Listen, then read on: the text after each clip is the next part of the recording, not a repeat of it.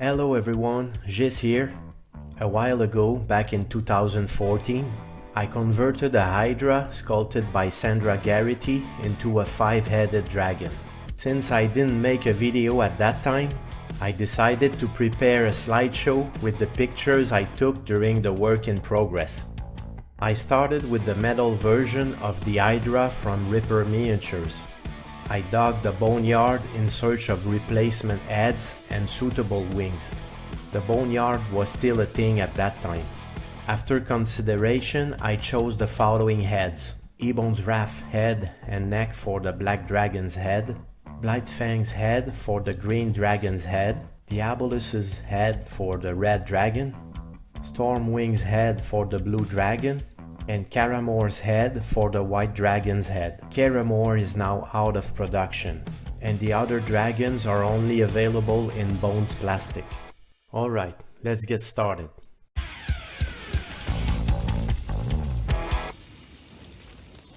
The new heads didn't fit the Hydra at all, and I had to do some major rectifications.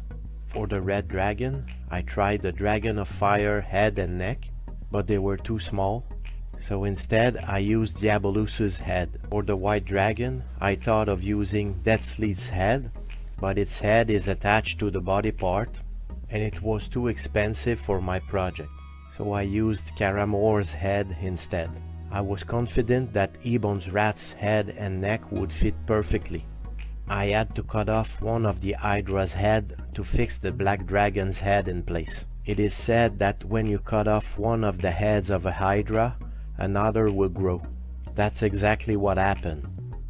It was a major conversion, but luckily the necks were the same size. It was already starting to take shape. For the next step, I had to use a rotating tool. I've cut a groove into the Hydra's back. This way, the protrusion under the wing would be embedded in the body for a solid hold.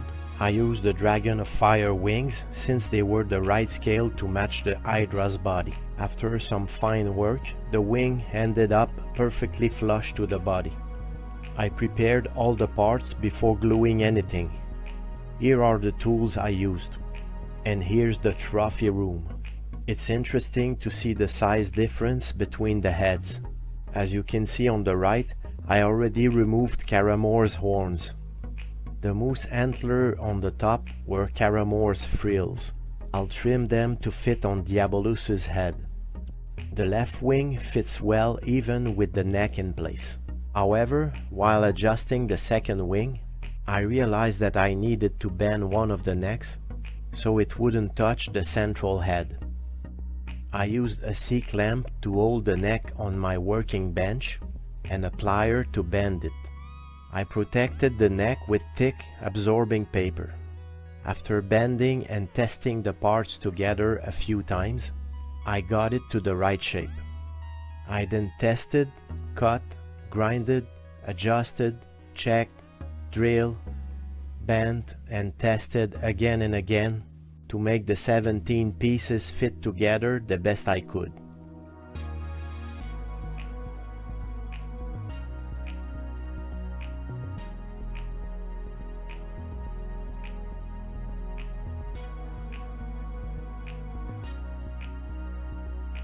The critical part was adjusting the right wing. I had to use different rotary tool bits to dig into the dragon's body and embed the wing. There's a spike on the shoulder that I've kept as a reference where the neck joins the body. And then it was time to start assembling the 17 parts. I pinned the tail to the body, first by drilling a pilot hole with a manual craft drill, and then by using a rotary tool with a bigger drill bit to complete the work. I made sure the parts will align perfectly before gluing them together.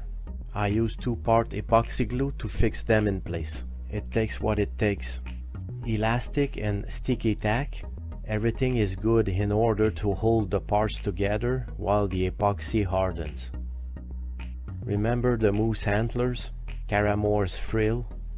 Well, I've cut them in two, and I've hammered the exceeding part to slide it between the head and the neck of the dragon. Here it's not glued yet. I still had to work on it, but this test gave me a good idea on what it would look like.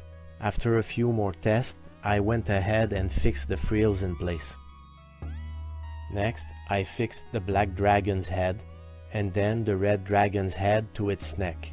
I also started filling the gaps and building some horns and spikes on the other heads using green stuff. Here's a close-up of the details and texture I sculpted. I was not sure if I should build up black dragon spine membranes all along the neck, and finally decided to build it up on the full length. I also worked on the spikes of the other heads. At first, I felt like the white dragon's head was too big. After receiving feedbacks, I added another layer on the crest. Little by little, it was taking shape. I was first going to extend the crest up to the eyes. Then I thought this design will add more details, so I decided to keep it this way.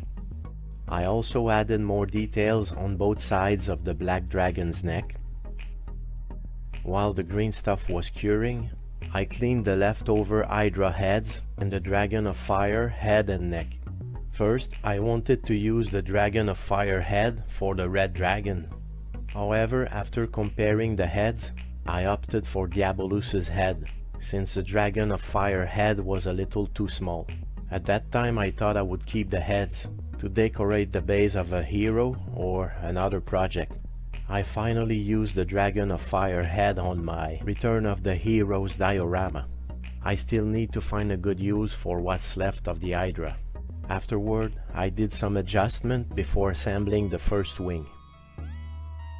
I just wanted to make sure the wings would not interfere with the neck, and that the heads would not interfere with one another. I didn't pin the wing, but I've drilled holes in the protrusion to help the glue get a grip. Now I just need to fill the gap between the body and the wing, and I'll be ready to prime. I'll paint the four parts separately before gluing them together. I filled the gaps and sculpted some scales with green stuff. I decided to glue only one wing and paint the other one, as well as the two other heads before fixing them to the body. This way, some areas of the dragon's body, like the spikes on its back and the scale between the necks, will be easier to paint if the other parts are not attached to it.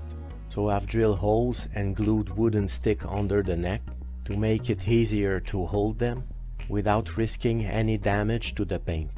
Next, I use an old toothbrush and soft soap to clean the parts.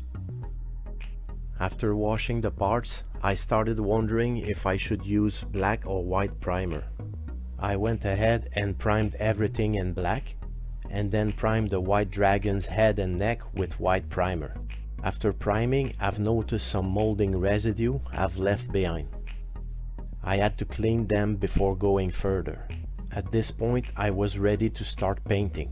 Of course, I was greatly inspired by Tiamat. On the body, I've used a mix of brown and crimson for the base coat. For the two heads, I first used dark green and soft blue. Here's a trick I use to detect if I've missed any spots while I'm painting. Close-up pictures will help reveal any unpainted areas. It works especially well with black primer. Some areas under the scales were harder to reach, so I've applied a black wash before going any further. I was now focusing on the blue head.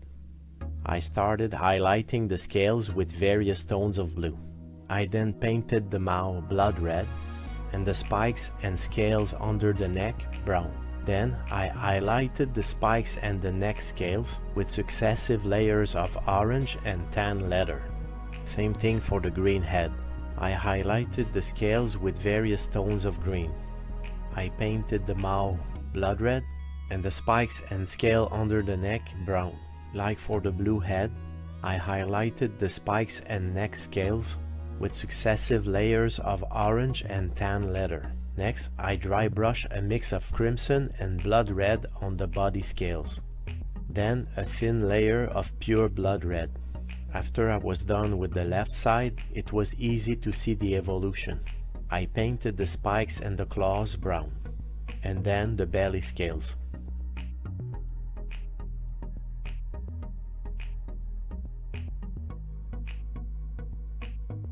For the white neck, I applied a brown base coat on the first third of the neck, then an orange dry brushing.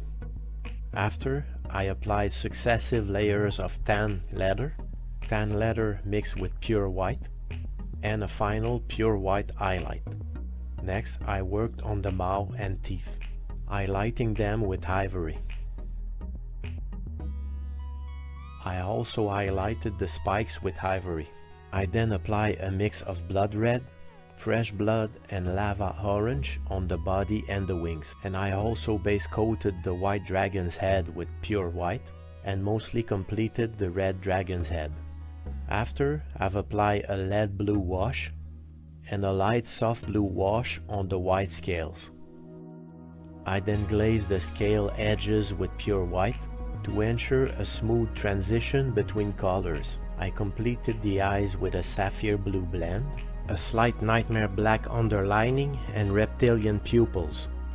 At that point, I just had to go back and do a few touch-ups to complete the white dragon's head. The black dragon's head was next. I started by painting the horns with successive layers of brown, oiled leather and ivory. The eyes were painted with a mix of orange and yellow with black pupils.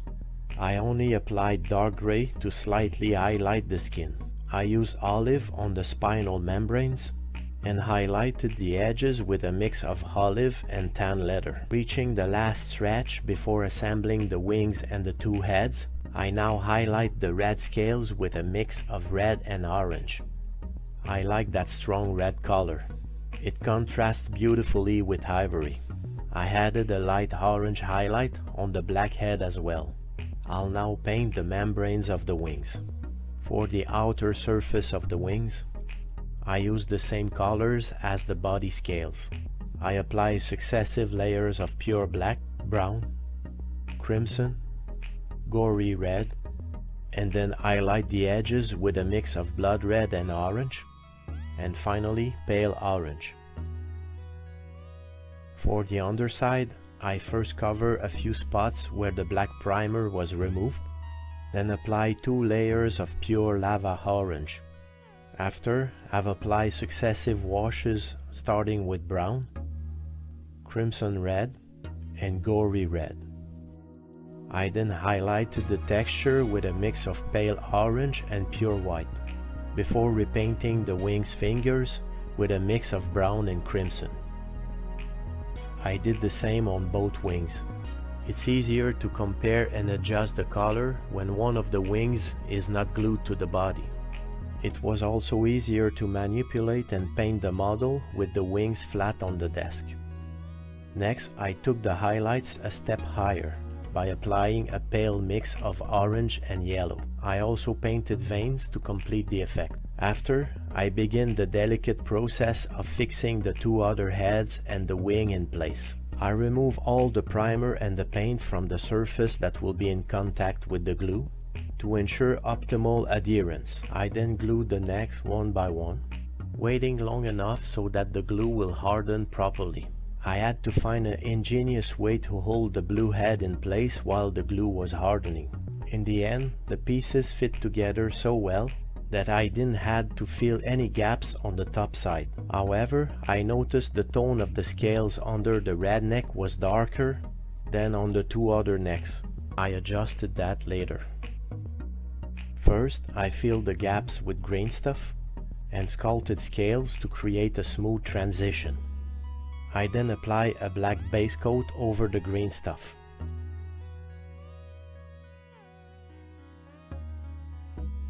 After, I decided to paint some scales with a transition color. I mixed blue and red to get a purple blend, and then created a highlight by adding some white to the mix. I also added a purple glaze on the large blue scales. I did the same with green and red, which gave a dark brown color.